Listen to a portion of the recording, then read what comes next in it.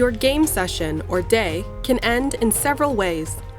If a ranger needs to draw a card or suffer fatigue, but cannot because their ranger deck is empty, that ranger is too fatigued to continue, and the day ends immediately. If a ranger suffers their third injury, that ranger is too injured to continue, and the day ends at the end of their current turn. That ranger must also add one lingering injury card to their deck prior to the next session. It's your duty as a ranger to protect the people of the valley, so when a human clears due to harm, their campaign guide entry will often instruct you to end the day. Sometimes, when you complete the final stage of a mission, you will reach a stopping point important enough to end the day, and the campaign guide will instruct you to do so. Lastly, when you travel to a new location, you can choose to end the day by camping.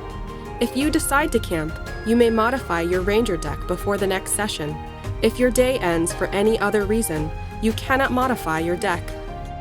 To add reward cards to your deck, choose up to 2 copies of each reward card you've unlocked and replace any card in your deck with those cards. If you have a malady in your deck, like a lingering injury, you cannot replace it in this way.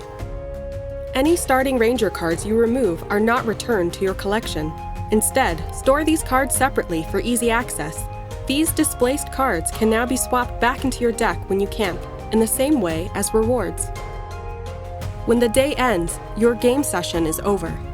Check off the current day on the campaign tracker, then write your current location on the campaign tracker along with the terrain type you were traveling on. The rest of the game materials can be packed up and stored. It's important to note that any information not recorded on the campaign tracker is not saved for the next day. This includes any injuries, side activity progress, and mission progress. If you want to immediately start a new day, follow the usual game setup instructions.